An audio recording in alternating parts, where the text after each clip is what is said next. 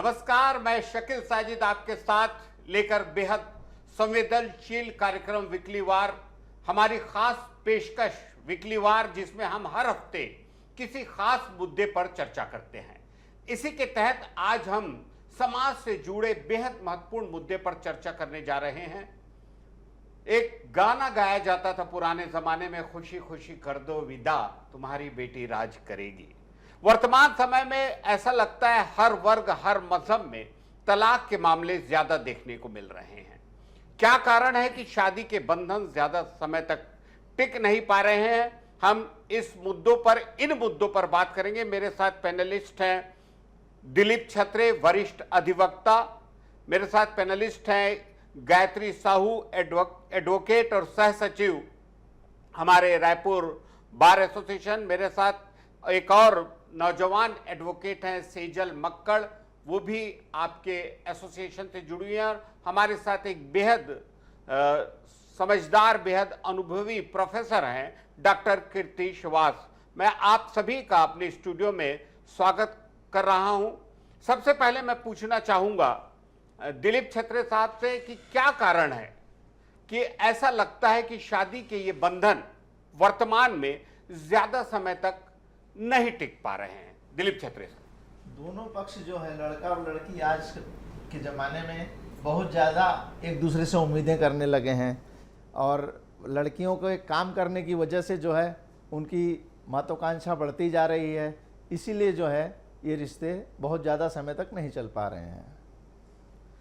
इसमें सिर्फ लड़के या लड़की को आप जिम्मेदार समझते हैं कि और भी कुछ बातें हैं जो शादी के ये बंधन, ऐसा लग रहा है कि हर समाज, हर वर्ग में बेहद जल्दबाजी में टूटते जा रहे हैं? दिलीप छत्रे सर। महत्वपूर्ण तो लड़का और लड़की है, इन दोनों के बीच अगर सामंजस्य रहेगा तो ये रिश्ते नहीं टूटेंगे। परिवार जो है इन दोनों के बाद आता है। परिवार में भी लड़कियां जो है आज परिवार के साथ रहना नहीं चाहती हैं, वो अकेले में रहना चाहती हैं। ये भी एक कारण है कि जो है रिश्ते बहुत जल्दी टूट जा रहे हैं। धन्यवाद दिलीप छत्रे जी। रूढ़िवादी समाज में तलाक की बात कम देखने को मिलती थी। पहले 3-4 ज्वाइंट फैमिली साथ रहती थी, ऐसा लगता था कि 2-3 जनरेशन एक साथ रहती है, सब साथ मिलकर एक ही छत के नीचे रहा करते थे। आजकल के दौर में एकल परिवार का चलन बढ़ गया है। हमारे दो की सोच ने क्या विवाह के ताने बाने को छिन्न भिन्न कर दिया है? क्या संयुक्त परिवार का विघटन भी इसके लिए जिम्मेदार है?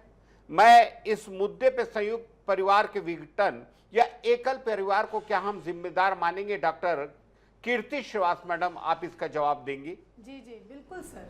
मुझे ऐसा लगता है कि विवाह केवल दो लोगों के बीच में नहीं होता है, इसमें एक लड़की और एक लड़का ही नहीं शामिल होते हैं, इसमें पूरा परिवार शामिल होता है। और विवाह एक ऐसी है जो दो परिवारों के बीच बंधन का काम करती है। इसमें मुख्य रूप से जो पहले भूमिका होती थी संयुक्त परिवार की, तो एक रिस्पेक्ट होता था एक दूसरे के प्रति। लड़की को प्रारंभ से ही, जो मैं मानती हूँ कि बेसिक जो जिम्मेदारी है गृहस्थी की और इस विवाह को चलाने की, वो मेरा मत ये है कि मुख्य रूप से महिला के ऊपर है। क्योंकि शुरू से ही हमारे शास्त्रों में भी बताया गया है कि भाग्य लक्ष्मी हो चाहे घर के संभालने की जिम्मेदारी वो महिलाओं पर ज़्यादा है। चूँकि महिलाओं की जिम्मेदारी ज़्यादा है तो प्रारंभ से ही लड़कियों को ये सीख घर में संस्कार दिए जाते थे कि चूँकि तुम्हें दूसरों के घर में जाना है तो दूसरे के घर में सिर्फ पति का नहीं बल्कि परिवार के अन्य सदस्यों के प्रति भी तुम्हारी जिम्मेदारी है। इसी परवरिश के साथ उसका पालन पोषण होता था। वर्तमान में हम देख रहे हैं जो संयुक्त परिवार टूटता गया। अब लड़की को भी पता है कि जिस घर में भी मैं जा रही हूँ या जिस परिवार में मैं जा रही हूँ, उस परिवार में जो बुजुर्ग लोग हैं या और जो संयुक्त परिवार है वो है ही नहीं। तो ऐसे में थोड़ी सी मनगर्जी लड़कियों की भी बढ़ गई है, जो कि मेरा मत है कि इसके जिम्मेदार हमारे वाला जनरेशन और उसके पहले वाला जनरेशन ज़्यादा है। हम आधुनिकता के राह पर इतनी तेज़ी से चल रहे हैं कि हमने धीरे धीरे अपना जो मुख्य कल्चर था भारत का, संयुक्त परिवार का, उसको कहीं ना कहीं ख़त्म करने के जिम्मेदार भी हम खुद हैं। क्योंकि ना तो हम इधर के रह रहे हैं ना तो हम उधर के रह रहे हैं। और आज यही कारण है कि हमारे देश में जहाँ तलाक जैसी चीज़ों को बहुत ही अच्छे स्वरूप में नहीं देखा जाता था। ये सीख दी जाती थी कि ये एक लड़की और एक लड़के का ही रिश्ता नहीं है, ये दो परिवार का सामाजिक रिश्ता है, क्योंकि विवाह एक सामाजिक रिश्ता है और इसको चलाने की जिम्मेदारी सिर्फ लड़की और लड़का की नहीं होती थी, परिवार की भी होती थी। तो कहीं ना कहीं घर के बड़े बुजुर्ग संभालने का काम करते थे। छोटा मोटा विवाद या झगड़ा होता था, उसे घर के बड़े बुजुर्ग संभाल लेते थे, समझा लेते थे और कहीं ना कहीं वो बात घर में ही दब जाती थी। चूँकि आज सब उन्मुक्त रूप से जी रहे हैं, बहुत आधुनिक रूप से जी रहे हैं, इसलिए सोशल मीडिया में भी लोग अपने झगड़ों को और अपने लड़ाई को प्रकाशित कर रहे हैं। तो ये कारण है, संयुक्त परिवार का ना रहना कहीं ना कहीं से हमें बहुत ज़्यादा उन्मुक्त बना चुका है। बहुत सही बात कही डॉक्टर कृति मैम ने। और मुझे भी ऐसा लगता है कि संयुक्त परिवार के विघटन ने न सिर्फ तलाक जैसे मामले बढ़ा दिए हैं, बल्कि हमारे बच्चे, खास तौर पे हमारे नाबालिग बच्चे जो बिगड़ रहे हैं, उसमें भी संयुक्त परिवार का विघटन एक बहुत बड़ा जिम्मेदार होते जा रहा है। मुझे ऐसा लगता है कि हम लोगों ने सुविधाएं तो बहुत सी पाली, मुझे ऐसा लगता है हम लोगों ने बहुत अच्छी अपनी जिंदगी कर ली, लेकिन संयुक्त परिवार के विघटन से हमारा नुकसान तो हुआ है। आजकल एक नई चीज आ गई है जो हम लोगों के दौर में या पिछले दौर में देखने को नहीं मिलती थी। शादी के पहले प्री वेडिंग शूट का चलन दिनों दिन बढ़ता जा रहा है। हम छत्तीसगढ़ की बात करें तो यहां भी इस बात से तंग आकर कुछ समाजों ने, खासतौर पर जहां तक मेरी जानकारी में है, साहू समाज और अग्रवाल समाज जैसे समाजों ने बीते दिनों प्री वेडिंग शूट जैसी रीति को खत्म करने का ऐलान किया। समाज का कहना है कि प्री वेडिंग शूट के कारण शादी से पहले ही रिश्ते टूट रहे हैं। हमारे बीच गायत्री साहू मैडम है जो इस समाज से भी आती है, उसके अलावा एक बेहद धाकड़ वकील भी हैं और सह सचिव हैं एसोसिएशन की, बार एसोसिएशन की। मैं जानना चाहूँगा गायत्री मैडम, क्या प्री वेडिंग शूट एक बहुत बड़ा कारण है? सोशल मीडिया जैसे आजकल बढ़ते गए हैं, उसके प्री वेडिंग मतलब ये समझा जाता था पहले कि लड़का लड़की एक दूसरे को जानेंगे, लेकिन आपने देखा होगा प्री वेडिंग में लोकेशन देखते हैं लड़के लड़कियां और जाते हैं वहाँ शूट करवाते हैं।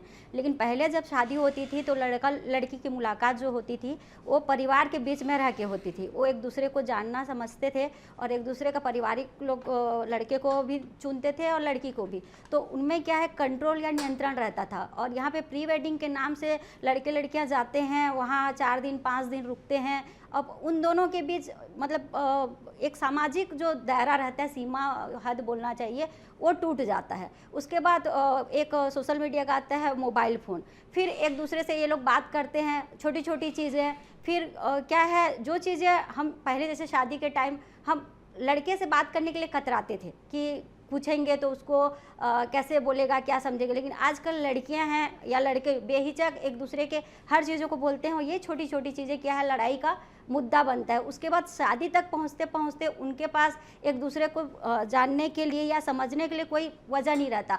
फिर छोटी सी चीज़ झगड़े का कारण बनता है और आखिरकार वो तलाक का रूप ले लेता है।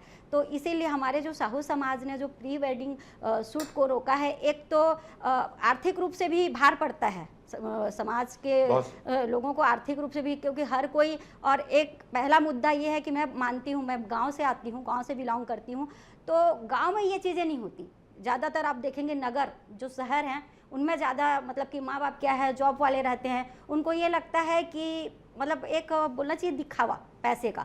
तो वो मतलब कि क्या बोलते हैं, हमारे जो साहू समाज ने, अग्रवाल समाज ने जो ये मुद्दा उठाया, बहुत अच्छा मुद्दा है कि आर्थिक रूप से भी हमारे समाज को भार मत पड़े। और जो लड़के लड़कियों में जो जाते हैं, बाहर जाके जो शूट करते हैं, वहाँ पे क्या है, परिवार के लोग रहते नहीं हैं, वहाँ नियंत्रण रहता नहीं है। और जो हम शादी के बाद जो चीज़ कर सकते हैं, हो सकता है, खैर मैं ये पुख्ता तौर से तो नहीं बोलूँगी, लेकिन वो सब चीज़ें होता है और झगड़ा का कारण बनता है। बहुत सही बात कही गायत्री साहू मैम ने। इसमें कोई शक नहीं कि अगर आप नियंत्रण रोक दें तो आप कुछ चीज़ों को निरंकुश होने से नहीं रोक सकते। आगे बढ़ते हैं हम। होने वाले जोड़े की मोबाइल पर वीडियो कॉलिंग, जो आजकल बहुत ज़्यादा चलन हो रहा है, वॉइस कॉल ने भी इन रिश्तों को नुकसान पहुंचाया है। सोशल मीडिया में इन दिनों शादियों को इतना बड़ा बना दिया है कि हर किसी की उम्मीदें बढ़ रही हैं। ऐसे में उम्मीदें पूरी न होने पर भी इसका असर रिश्तों में पड़ता है। सोशल मीडिया, खास तौर पे video call, voice call, mobile, इसके लिए कितना जिम्मेदार है? मेरे साथ एक बेहद नौजवान एडवोकेट सेजल मक्कड़ बैठी है, मैं उससे पूछूंगा कि सोशल मीडिया इसके लिए वॉइस कॉल, वीडियो कॉल कितना जिम्मेदार है आज के बढ़ते तलाक के लिए। सेजल, आज की डेट में अगर हम देखें तो वॉइस कॉल और वीडियो कॉल बहुत ही कॉमन हो गया है शादी के पहले। हम अपने माँ बाप से ये सुनते हैं, हम अपने पेरेंट्स से, अपने ख़ानदान में ये सुनते हैं कि वो शादी के पहले ना लड़के से मिलते थे, ना वो लड़के को जानते थे, ना वो लड़के को समझ पाते थे। होता क्या है कि आज की डेट में हम ये इल्ज़ाम बहुत जल्दी लगा देते हैं कि लड़का लड़की अपने एक दूसरे को जानने के कारण एक दूसरे से डाइवोर्स ले लेते हैं, पर पहले के ज़माने में लड़की को लड़के को जानने का मौका ही नहीं मिलता था और शादी के बाद उनको ये बोल दिया जाता था कि आपको एडजस्ट करना है, क्योंकि अगर आप डाइवोर्स लेंगे तो समाज क्या सोचेगा। पर आज की डेट में लड़कियां जो हैं वो भी सेल्फ सफिशिएंट है, तो उनको समाज का डर नहीं है, तो वो जब लड़कों को जान लेती हैं, पहचान लेती हैं शादी से पहले ही, थ्रू सोशल मीडिया बोले या वॉइस कॉल बोले या वीडियो कॉल, क्योंकि पहले उनके पास इतनी अपॉर्चुनिटी ही नहीं रहती थी। बस उनको बोल दिया जाता था कि आपका रिश्ता यहाँ तय कर दिया गया है और आपकी शादी हो जाएगी। तो ऐसे में मैं ये मानूंगी कि जब लड़का लड़की एक दूसरे को शादी के पहले जान लेते हैं तो भी रिश्ते टूटते हैं और शादी के बाद भी सोशल मीडिया के कारण रिश्ते टूटते हैं। पर जो शादी के पहले मैं ये मानूंगी कि रिश्ते अगर सोशल मीडिया के कारण टूट रहे हैं तो वो कहीं ना कहीं बुरा भी है और कहीं ना कहीं अच्छा भी है, क्योंकि हम वो डाइवोर्स के केस से तो कहीं ना कहीं बच रहे हैं। पर हाँ, सोशल मीडिया का अगर हम एक नियंत्रण रूप से अगर हम उसको यूज़ करें और अगर उसको लिमिटेड रखें तो हो सकता है कि ये केसेस थोड़े कम हो। पर मुझे ये लगता है कि जितनी ज़्यादा अंडरस्टैंडिंग लोग शादी के पहले बढ़ाना चाह रहे हैं तो वो कहीं ना कहीं एक पॉजिटिव एस्पेक्ट भी है अगर हम सोशल टर्म्स के हिसाब से देखें। मैं इसी मुद्दे पे एक और सवाल आपसे पूछूंगा। सेजल, बहुत ही शानदार एक ज्वलंत बात कही आपने कि अगर लड़कियां लड़के को जान जाती हैं, उसके प्रोफाइल को जान जाती हैं, और ख़ास तौर पे मैं जिन चीज़ों को महसूस कर रहा हूं समाज में कि कुछ लड़के इस तरह के प्री वेडिंग शूट का, वीडियो कॉल का, वॉइस कॉल का आजकल दुरुपयोग करने लगे हैं, इसका गलत फ़ायदा उठाना चाहते हैं, तो कहीं कहीं ऐसा लगता है कि अगर शादी के पहले तलाक ले लिया जाता है तो कोई बहुत ख़राब चीज़ नहीं है, लेकिन शादी के तुरंत बाद अगर तलाक लिया जाता है तो ये बहुत ख़राब चीज़ है।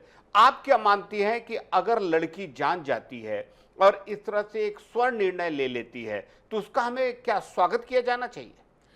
मेरा ये मानना है कि ये जो भी निर्णय होता है शादी से पहले अलग होने का, ये जहाँ जितना ही लड़की का होता है आज की डेट में लड़कों का भी उतना ही होता है, क्योंकि मैं खुद भी एक लड़की हूँ। पर मैं जिस तरह से कोर्ट में केसेस देख रही हूँ, लड़कियाँ भी आजकल शादी से पहले रिश्ता कर लेती हैं, उसके बाद लड़कियाँ भी ऐसे कुछ मटेरियल, या लड़का भी अगर उनसे ज़्यादा फ्रैंक हो जाता है तो उनके परिवार से रिलेटेड मटेरियल ऐसा कुछ जमा कर लेती हैं, फिर उन्हें भी पैसों के लिए धमकियाँ देती हैं। तो जो डिसीजन है शादी से पहले अलग होने का वो दोनों के साइड से होता है आज की डेट में, क्योंकि पहले के ज़माने में हम ये मानते थे कि लड़का धमकी दे रहा है, लड़का लड़की की गंदी वीडियोस या फोटोज़ रख लेता है। तो आज के समाज में लड़कियां भी उतना ही लड़कों का फ़ायदा उठा रही हैं, भले ही फिजिकल सेंस में नहीं बट हो सकता है फाइनेंशियल सेंस में। तो मुझे ऐसा लगता है कि लड़का और लड़की दोनों के लिए ही शादी के बाद डिवोर्स के प्रोसेस को झेलना, परिवार अगर उससे जूझे, क्योंकि अगर शादी के बाद हम देखें डाइवोर्स हो रहा है तो जितना लड़का और लड़की उस प्रोसेस को झेलते हैं उतना ही परिवार भी झेलता है। तो मुझे ऐसा लगता है कि आज की डेट में अगर शादी से पहले लड़का और लड़की खुद से अगर समझ के अगर अलग होना चाह रहे तो वो कहीं ना कहीं परिवार के लिए भी फायदेमंद है। और उस एस्पेक्ट में लड़का या लड़की को जज करना कि उसका तो रिश्ता टूट गया है या उसका रिश्ता टूटा हुआ है, हम अपने बेटे या बेटी का उससे रिश्ता नहीं करवा सकते, ये बहुत ही गलत सोच है, क्योंकि आपको नहीं पता कि उनसे पहले उनके कितने ब्रेकअप हो चुके हैं।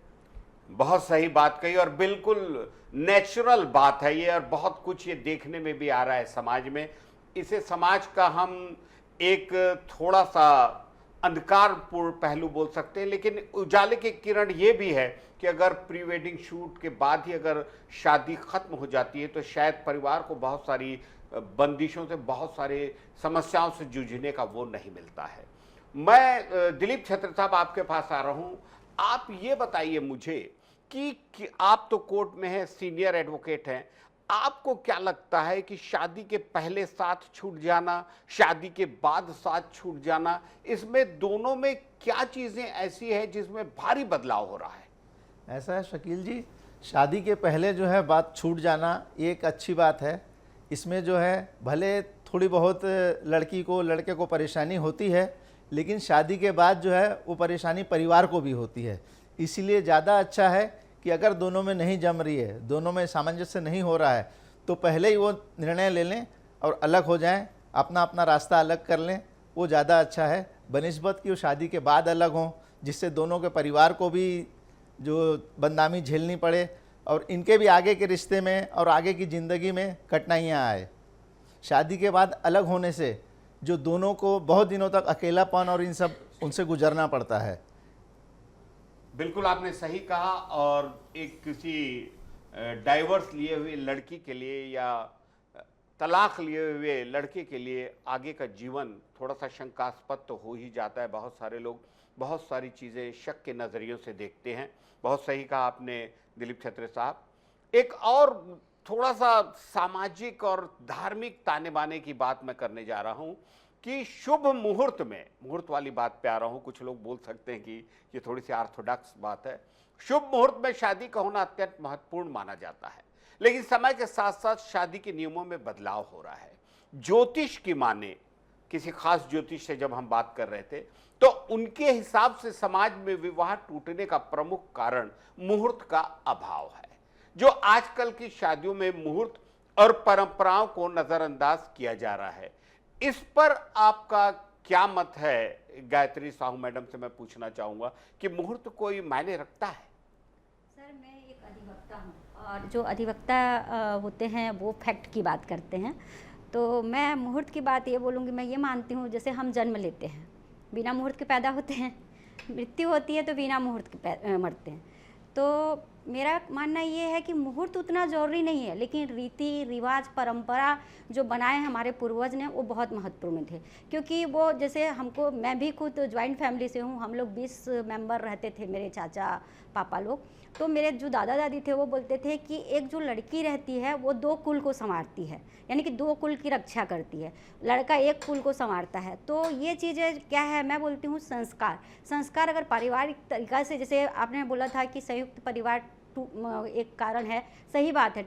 आज जो संयुक्त परिवार टूटे हैं उसके भी कारण है, क्योंकि जो पेरेंट्स हैं वो शहर में रहते हैं और बच्चे आजकल एजुकेट होते हैं, बाहर जाते हैं, घूमते फिरते हैं, तो माँ बाप भी दोनों जॉब पे रहते हैं, तो वो उतना ध्यान नहीं दे पाते बच्चों को कि रात को आएंगे, मिलते हैं, दिन भर बच्चा क्या करता है, क्या सोच रहा है, कहाँ जा रहा है, कौन से फ्रेंड से मिल रहा है, वो उनको पता नहीं होता। और जो ज्वाइंट परिवार थे वो क्या है, बच्चों को हर कोई, चाहे चाचा हो, ताऊ हो, चाची हो, कोई ना कोई मतलब ध्यान देता था। तो ये चीज़ें हैं। मैं मुहूर्त को तो ज़्यादा नहीं बोलूँगी, लेकिन परंपरा और रीति रिवाज जो हमारे पूर्वजों ने बनाए वो मेन ये है कि आज जो तलाक का जो बढ़ रहा है, अगर हम फिर से अगर वही ज्वाइंट परिवार और एक साथ रहने की कोशिश करेंगे तो जाहिर तौर से थोड़ा सा तो कमी आएगी। बस शुक्रिया गायत्री मैम। एक और चीज़ जो देखने को मिलती है कि आप कुंडली के गुणों को मिलाते हैं। जैसा कि कहा जाता है कि 36 गुण होते हैं, ऐसे तो बहुत कम मिलते होंगे, हम लोगों को भी लगा नहीं है, लेकिन गुणों को मिलाते हैं। लेकिन मैंने अपनी ज़िंदगी में देखा है कि जिन्होंने प्रेम विवाह किया है बगैर किसी गुण को मिलाए, वो आज भी बहुत अच्छे चल रहे हैं। कई लोग बहुत अच्छे से नहीं निभा पाए, ये भी, इसमें भी कोई शक नहीं है।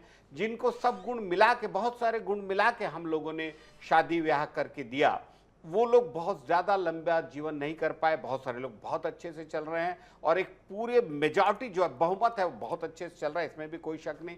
तो आप इन चीज़ों को क्या मानती है डॉक्टर कृति मैम? सर, मैं कुंडली जैसी चीज़ों पर भरोसा नहीं करती। उसका कारण ये है कि मेरी अरेंज मैरिज हुई है और बिना कुंडली मिलाई हुई है। और मैंने देखा है कि जो लव मैरिज वाले भी हैं, फैमिली कोर्ट में मेरे साथीगण बैठे हैं, सभी सहमत होंगे शायद। एज अ रिसर्च मैंने देखा है, उस पर जो अध्ययन हुआ है उसमें फैमिली कोर्ट में सबसे ज़्यादा मामले लव मैरिज वालों के ही डाइवोर्स के हैं। दूसरा जो मेन क्वेश्चन है कि कुंडली मिलाना कितना ज़रूरी है। मेरा मानना है बिना, ये शादी जो है वो पूर्ण रूप से जो चलता है वो मेंटल अंडरस्टैंडिंग से चलता है। कुंडली मिलाना ज़रूरी नहीं है, माइंड मैच होना चाहिए आपका। दूसरी चीज़, माइंड मैच के साथ साथ एक जो मैं कहना चाहूँगी, क्योंकि मैं एजुकेशन डिपार्टमेंट से हूँ और शिक्षा विभाग को भी इस बारे में सोचना चाहिए। हम जो सिलेबस बनाते हैं, हम बच्चों को मूल रूप से तैयार करते हैं सिर्फ और सिर्फ नौकरी के लिए, एक पैकेज के लिए। कहीं ना कहीं पहले पुराने समय में लोग तैयार करते थे कि वो समाज में और बाकी जगह पर वो उसका जीवन कैसा चले। एक कपल एजुकेशन की ज़रूरत हमारे देश को है। कपल एजुकेशन, जैसे मान लो मैं अगर टीचिंग डिपार्टमेंट में हूँ तो मुझे रिफ्रेशर कोर्स और ओरिएंटेशन कोर्स करना ज़रूरी है। अगर कोई पुलिस डिपार्टमेंट में है तो उनको ट्रेनिंग कोर्स करना ज़रूरी है।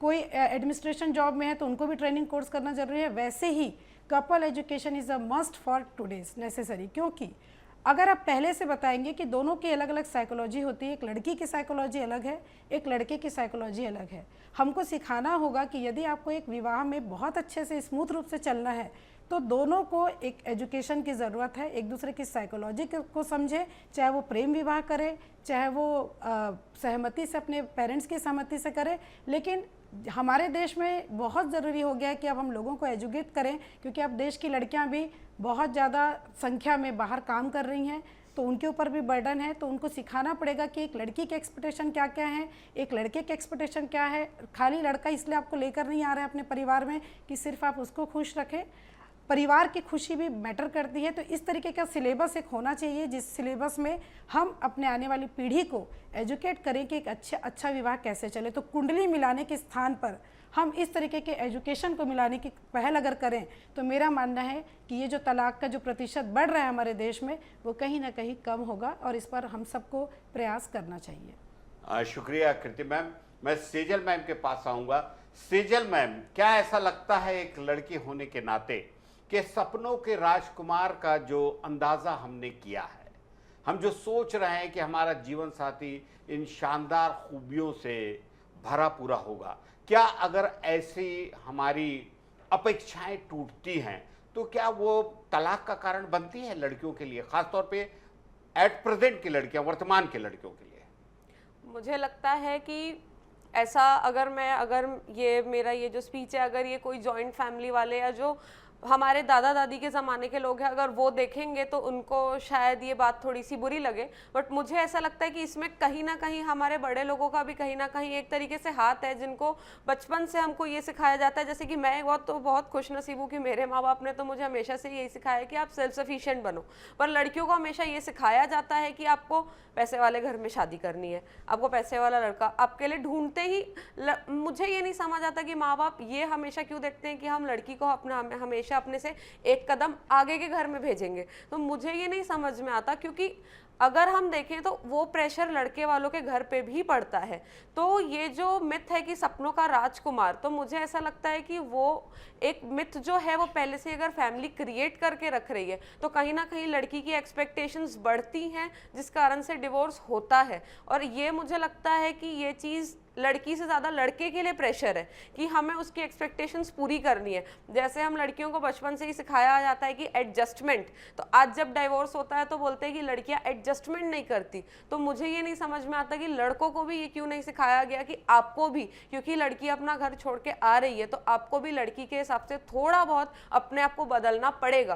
तो आज जब लड़कियां वो बदलाव मांगती हैं तो तलाक होते हैं। तो मुझे ऐसा लगता है कि ये जो मिथ पहले से चले आ रहा है कि लड़की को एडजस्टमेंट करना है या उसे सपनों का राजकुमार मिलेगा, ये डाइवोर्स का बहुत बड़ा रीजन है। शुक्रिया सजल मैम। एकदम बहुत संक्षिप्त में मैं दिलीप सर के पास आना चाहूंगा।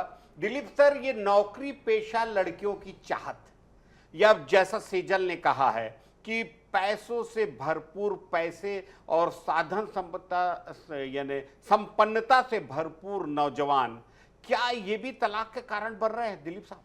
बिल्कुल शकील जी, ये बात है कि लड़की अगर काम कर रही है और अच्छा पैसा कमा रही है तो उसकी जो है उम्मीदें बहुत ज़्यादा बढ़ जाती है। वो अपने हिसाब से घर को चलाना चाहती है, उसके हिसाब से घर नहीं चलता है, उसको वैसा वातावरण जैसा वो चाहती है नहीं मिलता है, तो वो जो है धीरे धीरे परिवार से दूर होने लगती है। यही भी एक कारण है जो आज डिवोर्स हो रहे हैं इतने ज़्यादा। नौकरी पेशा लड़कियां जो लड़के चाह रहे हैं, ये भी बाद में जाके थोड़ी सी परेशानी का सबब बनता है। बिल्कुल बनता है। बिल्कुल, आप सभी लोगों ने एक बहुत ही संवेदनशील मुद्दे पर बात की, और जैसा कि मैंने पहले कहा था, खुशी खुशी कर दो विदा, तुम्हारी बेटी राज करेगी। हम लोग चाहे कोई भी विवाह करें, प्रेम विवाह करें, पहले के होने वाले गंधर्व विवाह हों, सामाजिक विवाह करें जिसे हम अरेंज मैरिज कहते हैं, लेकिन हम चाहेंगे कि हमारे रिश्ते चाहे जिसने भी बनाए हों, ये कहा जाता है कि रिश्ते ऊपर से बन के आते हैं, तो हम उन रिश्तों की मिठास को, उन रिश्तों की परंपरा को बेहद अच्छे से निभाएं। ऐसा लगता है बात निकलेगी तो दूर तलक जाएगी। वक्त की हमारे पास भी एक सीमा है, तो मैं इस चीज़ को यहीं ख़त्म कर रहा हूँ, इस चर्चा को। डॉक्टर कीर्ति श्रीवास मैम, आपका बहुत बहुत शुक्रिया। सेजल मक्कड़ मैम, बहुत बहुत शुक्रिया। गायत्री साहू मैम, आपका भी बहुत बहुत शुक्रिया। दिलीप छत्रे सर हमारे सीनियर एडवोकेट हैं, आप सभी का बहुत बहुत शुक्रिया। डीए न्यूज़ प्लस से जुड़ने के लिए आप सभी का बहुत बहुत शुक्रिया। हम आप लोगों को बुलाते रहेंगे इस तरह की विभिन्न संवेदनशील चर्चाओं में।